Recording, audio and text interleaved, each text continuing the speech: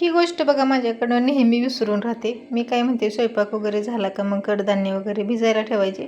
बाहेरून तर मी विकत आणत नाही, कारण बाहेरचे मला बिलकुल आवडत नाहीत. त्यामुळं मटकी आणि हुलगे आणि वाटाणे मला भिजत घालायचे होते. अगोदरच्या दिवशी घालायचे होते, पण त्या दिवशी गेले माझं विसरून. म्हटलं आज पटकन अगोदर भिजायला ठेवूया. मग एकीकडे मी भाजी शिजायला टाकली होती, पीठ वगैरे चुरून ठेवलं होतं, म्हणजे मळून ठेवलं होतं. मग मटकी वगैरे काढताना मला लक्षात आलं चिरमुऱ्याचं पॅकिंग खूप दिवस झालं फोडलं होतं, ते खाल्लंच नाही भेळ वगैरे करून. मग आता ते सगळं शेदळलं होतं. मग काय करायचं, पटकन लक्षात आलं, म्हटलं सुशीला करूया. आता तुमच्याकडे काय म्हणतात मला नक्की कमेंटमध्ये सांगा.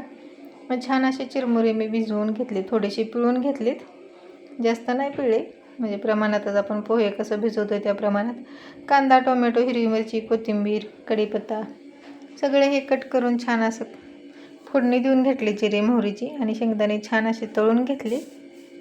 मग लगेच थोडेसे हळद आणि लाल तिखट टाकले, थोडीशी मिरची टाकली, त्यामुळं मुलं कसे तिखट कमी खातात. मग आपण भिजवून घेतलेले मुरमुरे आता कोल्हापुरी होते, त्यामुळं मग मी जास्त पिळे नव्हते. खायला खूप टेस्टी लागतात बघा. ह्याच्यावरती शेव असली तरी बारीक छान अजून छान लागते, पण नव्हती. म्हटलं आता चला पटकन बनवून घेऊन नाश्ता पण करूया. अहो पण जाणार होते, त्यामुळं पटकन आम्ही नाश्ता वगैरे करून घेतला. थोडंसं मीठ टाकलं, कारण त्या चिरमुऱ्यामध्ये मीठ असतं ऑलरेडी, म्हणून थोडंच टाकलं. तर आम्ही सुशीला बनवलं आहे, तर या खायला. तुमच्याकडे काय म्हणतात मला नक्की कमेंटमध्ये सांगा. आलायच तर सबस्क्राईब करूनच जावा. चला तर बाय, पुन्हा भेटू.